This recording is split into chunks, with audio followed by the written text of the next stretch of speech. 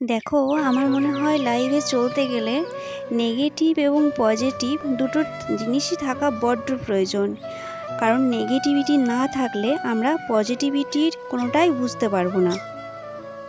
এবার তুমি কোনটাকে কিভাবে নেবে সেটা পুরোপুরি তোমার ব্যাপার, তোমার ইচ্ছা, সেটা তুমি কোনটাকে কিভাবে ক্যাচ করবে। আমি যদি পজিটিভ জিনিসগুলো নিই তাহলে আমার মাথায় সবসময় পজিটিভিটিগুলো ঘুরে বেড়াবে, যে আমি কিভাবে এগোবো, কিভাবে কি করব, আমার স্বপ্নগুলোকে কিভাবে সফল করব, এরকম কিছু। আর যদি আমি নেগেটিভিটিগুলো নিই তাহলে তো আমাকে ঘরের কোণে বসে থাকতে ইচ্ছে হবে, কারোর সাথে কথাও বলতে ইচ্ছে হবে না, তারপর কোনো কিছুই ভালো লাগবে না, ধরতে গেলে একদম ভালোই লাগবে না। তো আমাদের তো দরকার যে সবসময় পজিটিভ জিনিসগুলো চিন্তা করা, তাই না? কথাগুলো শুনতে আজকে একটু অবাক লাগছে, তো বলি শোনো আমার কথা। আমি আজকে কাজটা বন্ধ রাখলে হয়তো অনেকেরই ভালো হতো, আবার অনেকেই চেয়েছিল যে আমি উঠে দাঁড়াই, কাজ করি ঠিক আগের মতোই। যাই করি না কেন, যাই হোক না কেন, পজিটিভ নেগেটিভ দুটো দিকই আমার কাছে এসেছে।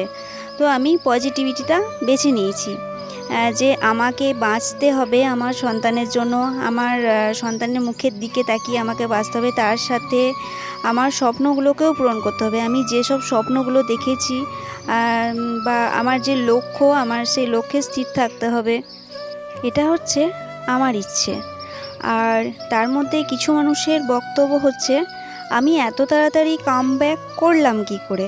হ্যাঁ, তা তোমরা ঠিকই বলেছো, এত তাড়াতাড়ি কামব্যাক করেছি, এর পিছনে ধরতেই পারো ঈশ্বরের হাত আছে। কারণ ঈশ্বর হয়তো চেয়েছেন যে আমি খুব তাড়াতাড়ি কামব্যাক করি।